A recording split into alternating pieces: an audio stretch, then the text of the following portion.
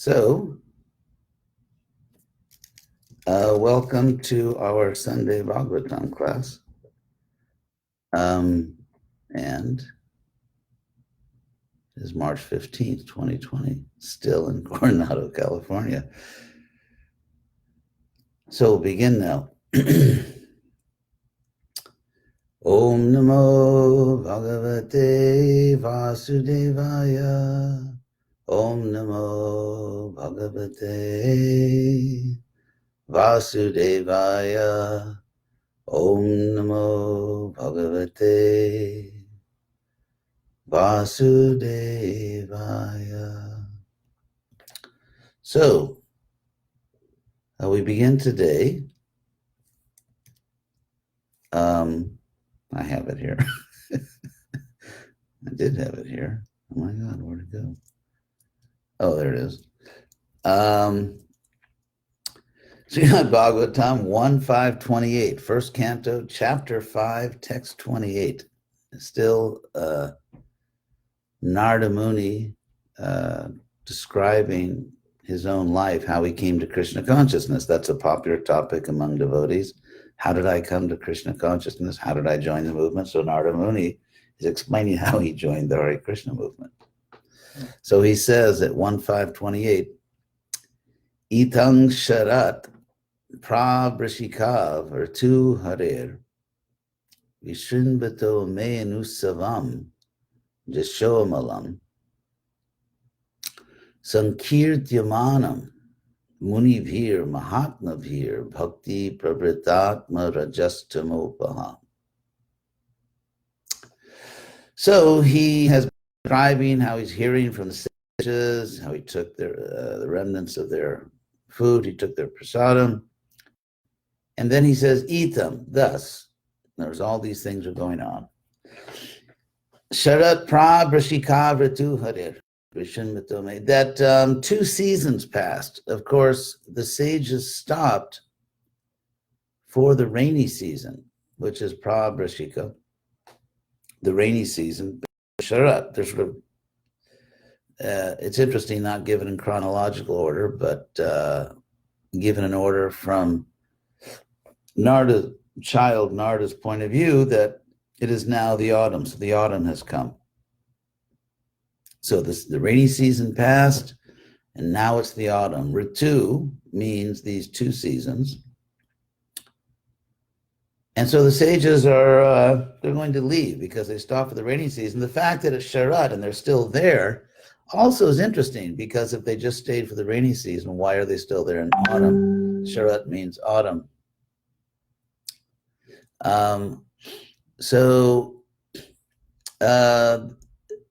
It indicates that the sages didn't just rush out, like they looked out the window and said, hey, the rain stopped, let's get out of here. I mean, they obviously knew that Narada was this extremely precocious child, spiritually very precocious, very intelligent, also precocious in all ways, and that he had become an advanced Vaishnava. And so it's Sharat, the autumn, because you have the rainy season, then the autumn, and the sages are still there. Doesn't mean they necessarily stayed the entire season, but they're definitely still there, because Ritu means the 2 seasons. So they didn't just rush out when the rain stopped. They understand that Narada Muni is a very special soul. So Narada says, Harer Vishinvato Me Anusavam Jashoam Alam. So, and of me, he's talking about himself, I was listening. Vishinvato. Shinvato would mean listening. Vishinvato means he's really paying attention. He's really focused. And he's hearing Jashoam Alam, the spotless glories of Hari. So he's listening to the spotless glories of Hari, Anusavam, constantly. These glories, which are Sankirtyamanam. You know, Sankirtana means people coming together and glorifying the Lord. So here's Sankirtyamanam. It means these spotless glories of Hari, which were being. chanted or narrated. They were beings, passive, present participle. The glory of the Lord that was being taught or was being presented by the sages, Muni Beer, Mahatma Beer, by those sages who were great souls. And so when I was listening like that, constantly listening to those spotless glories that were being given by the sages, then in me, bhakti, devotion, real bhakti, pabrita, bhakti just began to flow in me. And that bhakti, apaha, it drove away, literally, it destroyed all of the passion and ignorance in me. So I think it's fair to say that Narada had very little passion and ignorance, especially if we look at his own description of what kind of a child he was. You don't really detect any passion or ignorance. He was a very pure child. Still, he's teaching. The whole point is that Narada is teaching Vyasa, and he's teaching us. He's speaking the Bhagavatam, and so that is the symptom that your devotion is becoming very strong, that the passion and ignorance within us, it's driven away by devotion. Tamopaha refers to the bhakti. The bhakti drove away this passion and ignorance. So the more we increase our bhakti, the more it just drives away these lower qualities. And then we start to find out what real life is, what peace is, what real happiness is. So the next verse, Narada says, Tasyaiva me anuraktasya prashritasya hataina saha shadadhanasya balasya dantasyanucharasya cha. Actually, this verse 29, in order to form a complete Sanskrit sentence, you have to also read the next verse 30. Prabhupada doesn't separate them, but still. So we'll translate this one first. Technically, it forms one complete sentence with the next verse. But so of me, tasya iva me, thus, of that person, me, the sort of way of speaking in Sanskrit, anuraktasya, who was continuously attached to those sages, prashritasya, submissive. Prabhupada translates that here, obediently, submissive. And hataina saha, all my sinful reactions were destroyed. Again, I don't think Narada had a lot of sinful reactions, but still, he's describing basically how a soul is liberated. Hataina saha, my sins were all finished. And shraddha-dhanasya, I was faithful, but actually this is Shraddha means faith. Shraddha-dhanasya is technically in Sanskrit a present participle. In other words, of me who was trusting in them. This is an action. Not that in English we would say someone has faith, but in Sanskrit it's a continuous action. I was having faith. I was continuously believing in them, trusting them. Balasya, and yet I was just a child. Bala. Dantasya, self-controlled. Subdued. Prabhupada says subjugated. In other words, Danta, which is one of the qualities of Brahmins, means that one has subjugated, one has controlled or subdued any material desire. Anucharasya cha, and strictly following their instructions. So anuchara means a follower, one who's following. And so of me, that person who had all these characteristics, all these qualities, what happened? So we have to go to the next verse to complete the sentence. So jnanam guhyatamang jatat sakshat bhagavatoditam Anvavochan gamishanta kripayadina vatsala. So to me, jnanam guhyatamang, most confidential knowledge. That, actually, literally it says, that most confidential knowledge which was spoken personally by the Lord. So the sages are faithfully giving Narada most confidential knowledge as the Lord personally spoke it. Jnanam guhyatamang jatat sakshat bhagavatoditam. So anbhavochan,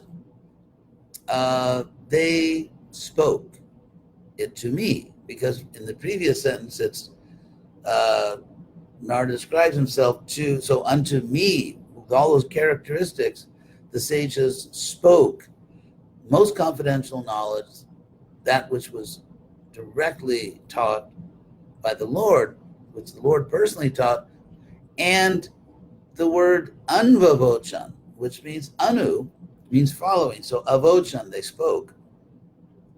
But anvavochan means that they spoke following, strictly following what the Lord had spoken. So all these things are there embedded in all these little pieces of words in Sanskrit. It's very, very interesting language, most interesting language, actually. So Vochan Gamishantak. So if you can tolerate a little bit of Sanskrit grammar here, the way you say in Sanskrit that they were about to leave, they were about to go, they were just about to go. Like in Spanish, estaban a punto de salir. So in Sanskrit, you use actually a future participle, which, so Gamishantak literally means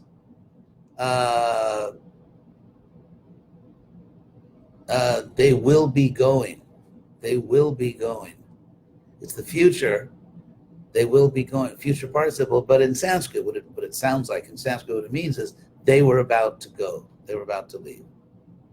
So they were about to leave. They were about to go, and therefore they just gave him everything. Of course, they've been teaching him for some time. Or what's interesting here is that to now, the sages are just speaking. They're, in a sense, they're speaking among themselves, and they are mercifully allowing Narada to sit in. Narada Muni is sitting there listening to what the sages are saying. They're allowing him to attend their own discussions. But now they're about to leave, and so they just, okay, kid, you're really a good devotee, and they tell him everything. He's not just listening to them talk among themselves. They're personally just telling him everything because they're about to leave. So Jnanam Guhyatamang Sakshat Bhagavatoditam Anvavochan Gamishantak. They were about to leave, then taught me everything taught me what the Lord had personally taught, this most confidential knowledge, Kripaya, out of mercy. They did it out of mercy because obviously these are advanced Vaishnavas. They see this 5-year-old boy who's just an amazing devotee. He has all good qualities. So of course, their mercy is pouring out over Narada. And Narada, very humbly, he's been all along, he's sort of been describing himself very humbly, like, I became free of passion and ignorance, as if, he had passion and ignorance. You don't really see it in his self-description. And now he says they were Dina Vatsala. They were very compassionate he says, Prabhupada says, those who are very kind to the poor and meek. So Narada, of course, was not really in anything like a wretched state. He was basically a pure devotee here. And in the near future, he's actually going to see Krishna face to face. But he describes himself as Dina, sort of a fallen person, someone suffering, needy person. So Dina. The word Vatsala is interesting, like Bhakta Vatsala, because Vatsa in Sanskrit means a calf. And so because a cow is so affectionate to her calf, so from the word Vatsa, you have the word Vatsala, which means sort of tender affection of a parent for a child, and therefore you have, of course, Vatsalya rasa. But it all comes from the word vatsa, which means a calf. And because also another interesting thing, because it shows you how much they were sort of cow conscious, because cows give birth to a calf once per year. So from the word vatsa, vatsara, or samvatsara means a year. That's how you say a year, like one calving. Vatsara means a year in Sanskrit. So they're about to leave. They've given him all this confidential knowledge, which the Lord personally spoke. So now the sages are gone at this point. They've left. And so Narada says, Jaina, they gave me that knowledge by which Jainaivaham Bhagavato Vasudevasya Vedasaha Bhavam Abhidam Jaina Gachanti Tatpadam. So they gave me that knowledge by which, or the teaching by which, I understood. Avidam. This is the like Veda, and so avidam simply means I knew or I understood. I understood Mayanubhavam, the influence, the power of Maya. Prabhupada translates it influence. The power of Maya, which belongs to the Lord, Vasudev, who is the great creator, the wise one, Vedasa. So that knowledge by which I understood the influence of his energy, Mayanubhav, which can here mean his illusory energy or just his power, his mystic power. So I understood that, how the Lord's mystic potencies work, which is a big realization. And so by that understanding, gachanti, they go tatpadam, to the Lord's feet, in other words, or to the Lord's abode. So in Sanskrit, as in English, actually, as in many languages, if you just say they do something, it means sort of the relevant people by which they go. So by which they go to the Lord's abode, the Lord's feet. Just like it's common in Sanskrit to say ahur, they say. Like who says? Well, people that know. So they say that it gets warm in the summer here, or they go. In other words, the people who understand this, like I understood it. So it's, in a sense, it's a way of saying in Sanskrit one, like one goes to the Lord's abode, to the Lord's feet, by understanding this. So this is potent knowledge. This is not like, academic knowledge. I mean, there was one famous philosopher, won't mention his name, very famous, one of the most famous philosophers in the last, say, 50 years. And now he has, with the whole hashtag Me Too movement, some women are complaining that he sexually harassed them. So he was this big, sophisticated philosopher that basically atheist, didn't believe in a soul, but was a great thinker who had other thoughts, like sexually abusing young ladies, his students. So this is knowledge which is actually powerful. This knowledge packs a punch, so to speak. This knowledge takes you all the way back to Godhead. It's not just like theoretical knowledge that does not transform you spiritually. So maybe let's see. We've done 4 verses. I think you're getting your money's worth, whatever it costs you in electricity to watch this. So then we'll maybe do one more verse and then go to the questions. Etat sang suchitang brahmangs. O Brahmana. Again, Narada speaking to Vyas. O Brahmana.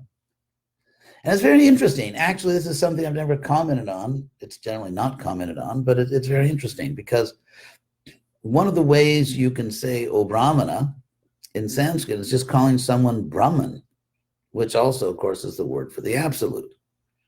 Brahman. And of course, the word Brahmana comes from the word Brahman. Brahmajanati iti Brahmana. One is called Brahmana because that person knows Brahman. So, of course, it's translated, O Brahmana Vyasa, Brahman, but it really means, O spiritual being. O spiritual being, or is addressing someone not according to their identity in this world based on their body or whatever, but just calling someone, oh, spiritual being. And but then, of course, it's translated here as O Brahmana. But technically, he's calling him Brahman, which can be used to refer to a Brahman. So, etat sangsuchitam, this has been, Prabhupada says, decided by the learned sangsuchitam. It means indicated, pointed out, like fully pointed out, fully explained, or properly or perfectly pointed out. Etat sangsuchitam brahmangs tapatraya chikitsitam, that the remedy, like a medical cure, Prabhupada says remedial, which of course is from the word remedy. The remedial measures, the remedy for the threefold miseries caused because we drive ourselves crazy, and because our bodies are subject to miseries, and that's of course Jatmika Klesha, and then of course other people bother us in various ways. We know that, and they're just natural problems. So the word chikitsitam is interesting. It actually comes from the verb chit, from which you get the word chit, which means consciousness, like Satchit Ananda. And so chikitsitam literally means sort of something which brings people back to consciousness. When you're sick, then you suffer, and we feel pain, and we feel weakness, and we just feel bad. And so something which brings you back, in a sense, to your real consciousness, your happy consciousness, is chikitsitam. But it means, and therefore it means in Sanskrit, a remedy, a medical cure, or Prabhupada says, a remedial measures. So there is a cure for our threefold miseries. We are suffering in various ways, especially to the extent that we're not Krishna conscious, with our own body and mind, with other people, we all know that, and just things that happen in nature, heat and cold and all kinds of problems, earthquakes. And plagues, you could say. You could say plague is caused by other people, like little germs or other people infecting you. But still, there's a lot of trouble in this world. But there is a cure for all of this. All of these sufferings can be removed. You can actually be perfectly happy. So what is that remedy? Jadishware Bhagavati Karma Brahmani Bhavitam. That you dedicate everything you do to the Lord, who is the absolute truth. Ishware Bhagavati. Bhagavati, the person, the Lord, who is the supreme person. Krishna. Ishware Bhagavati Karma Brahmani Bhavitam. The word dedicated, Bhavitam, is very interesting. I'll do this very quickly. It's like when you rip off a Band-Aid or something, you do it quickly so it doesn't hurt. So I'll go through the Sanskrit grammar very quickly so it won't hurt you too much. Bhavitam is actually the past passive causative participle of the verb to be. And so literally, bhavitam means which has caused something which has been caused to be, caused to exist in a certain way. And so here we're talking about our karma, what we do, our actions. And so our actions are made to exist in the Lord.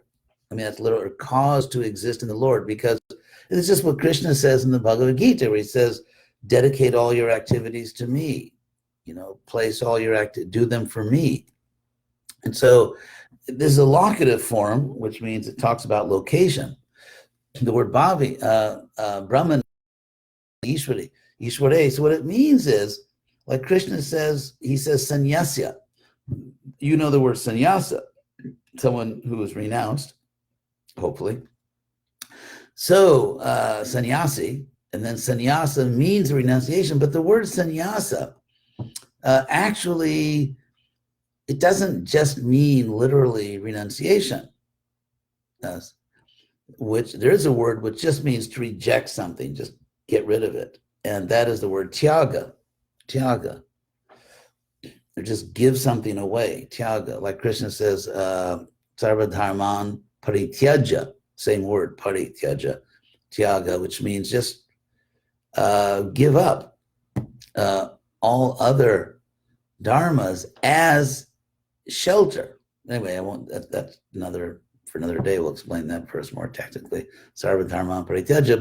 But the word sannyasa is actually a composition. It's composed of three elements. There's sam, which means completely, as in, or together, like sankirtan, right? So san, because it means together, to get, sankirtan means together kirtan. You do it together with other people. So in that sense, it can also mean perfectly or completely. In other words, everything is together. There's nothing missing, nothing left out. It's complete. So therefore, it's perfect. So there you have the word sang, and then ni in Sanskrit is a prefix meaning within, and then asa. Asa means to place something. And like asana is just the place where you sit. When you sit somewhere, that's where you are. So sannyasa means to really put something where it's supposed to be. And so because everything belongs to Krishna, we belong to Krishna, the proper place to put everything is in Krishna, our activities. So the verb, Krishna says, Mai sanyasya sarva karmani sada mai sanyasya matpara. You should be devoted to me and placing all of your actions in me, because that's where they belong. So what does it mean to put your actions in Krishna? I mean, an action is not like a some physical object, like say like an apple. You can actually put an apple in your refrigerator, or you can put it in someone's hand. So what does it mean to place actions in Krishna? It means to dedicate them to Krishna, And so a sannyasi is not someone who rejects the world. It's someone who puts everything where it's supposed to be by offering their life to Krishna, their actions, food, of course. And so if you do that, then in a higher sense, you are a sannyasi, whatever your social position may be. It doesn't mean that, as soon as my class is over, you leave your family. It just means family, house, everything, actions. We place everything in Krishna by dedicating those actions to Krishna.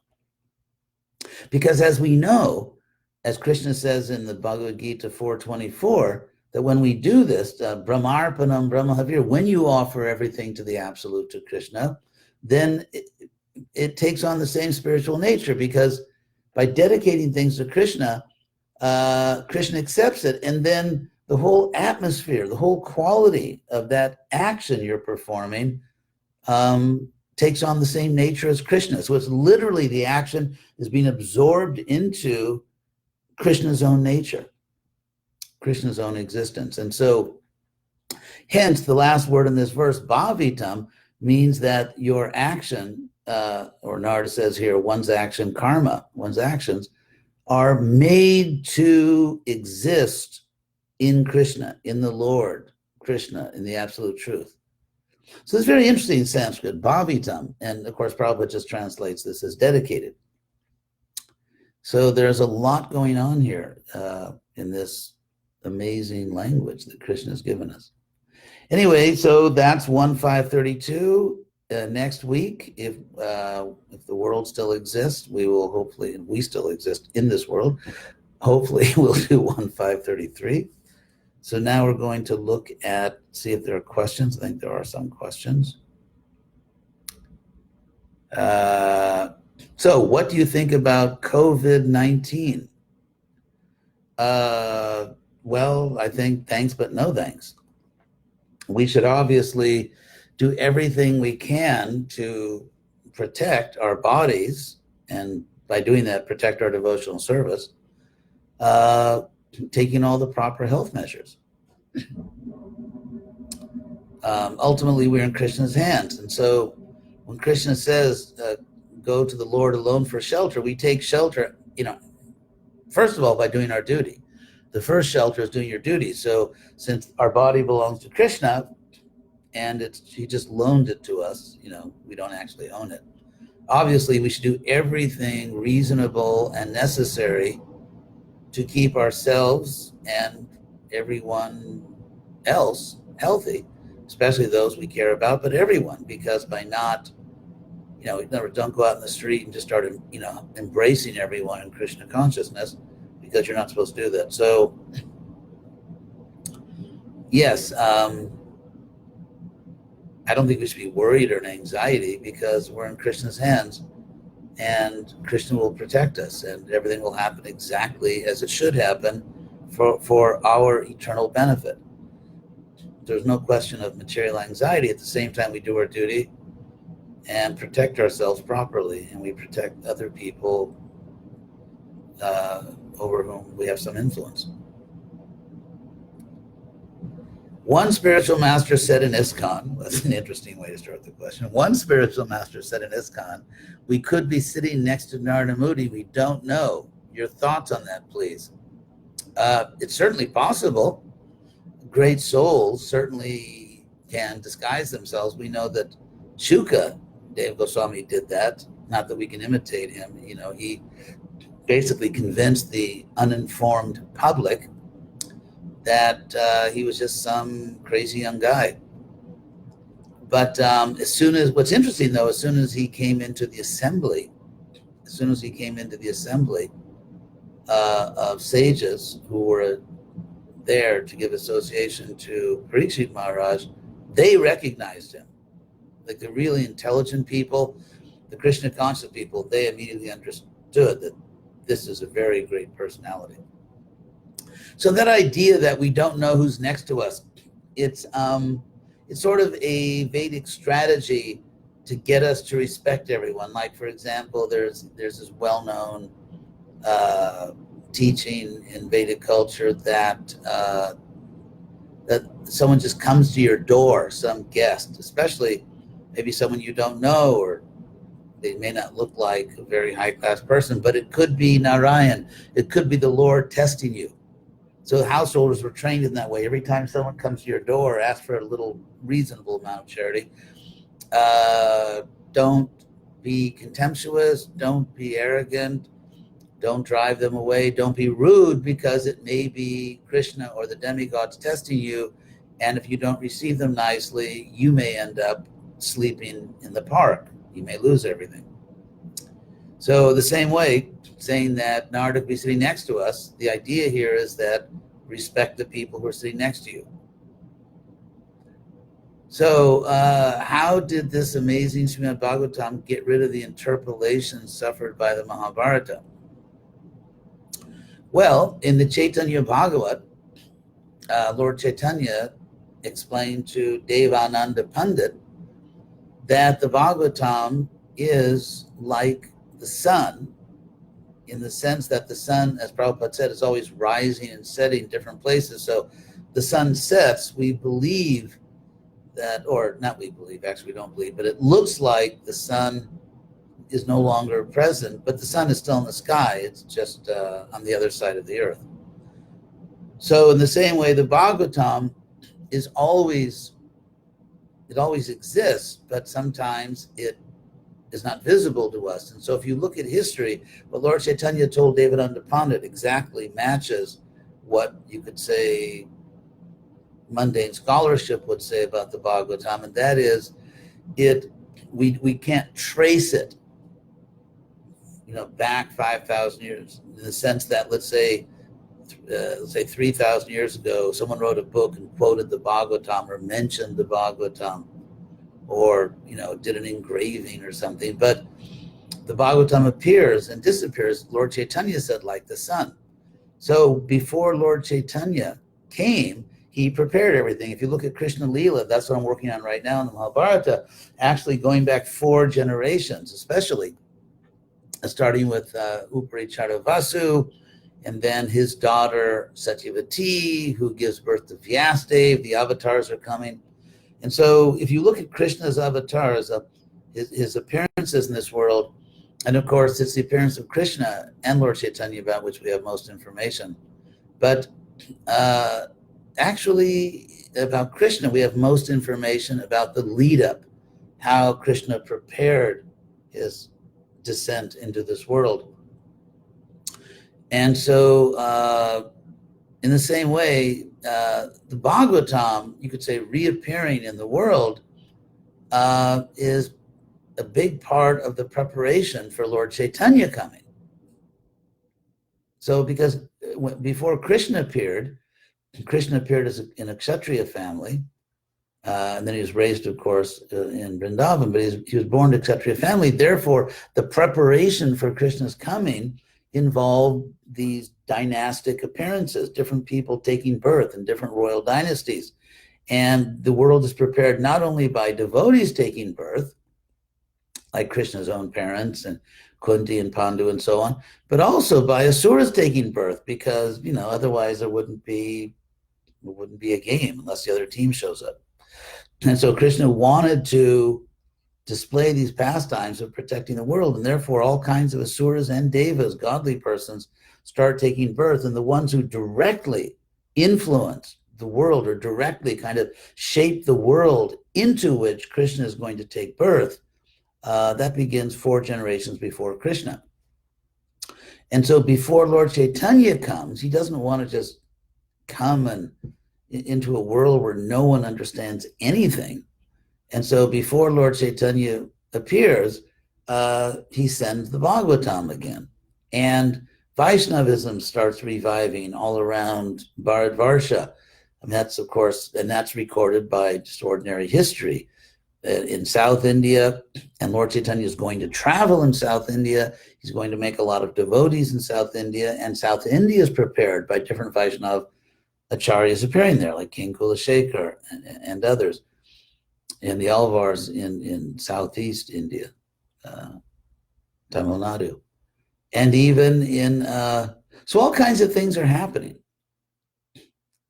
All kinds of things are happening. Remember that when Lord Chaitanya, even in Navadvip, began to chant Hare Krishna, people reacted in different ways, but at least everyone knew what he was doing. Everyone knew who Krishna was. And so bringing or the Bhagavatam reappearing, like the sun rising in Bharatvarsha, is part of the preparation for Lord Chaitanya to come. And so, therefore, because it is a key part of Lord Chaitanya's strategy for saving this planet, he protected the Bhagavatam in various ways, historical ways, and we have it now. So that's a brief explanation. So one more question. What message to the world, what message is the coronavirus situation bringing to the world? It's basically bringing the message of Bhagavad Gita to the world, where Krishna talks about this world as dukkhalayam, a miserable place. He's reminding everyone of this simple fact of their own mortality. People nowadays, to put it mildly, are extremely distracted from spiritual knowledge. They think they're too good to join a spiritual organization because it's the age of narcissism. It's the narcissism yuga. And everyone thinks that they are, I'm my own guru, I maybe learned from this or that person, but ultimately no one can explain it like me. So in this narcissistic age, it's just the coronavirus, it's a reality check coming from Krishna. Like, wake up, everybody. You're not God. You're not immortal in your body. You are immortal, but your body isn't. And so it's Krishna kind of, tapping people on the shoulder. So thank you all very much. And there are no more questions. So I look forward to doing this again next Sunday by Krishna's mercy, Prabhupada's mercy.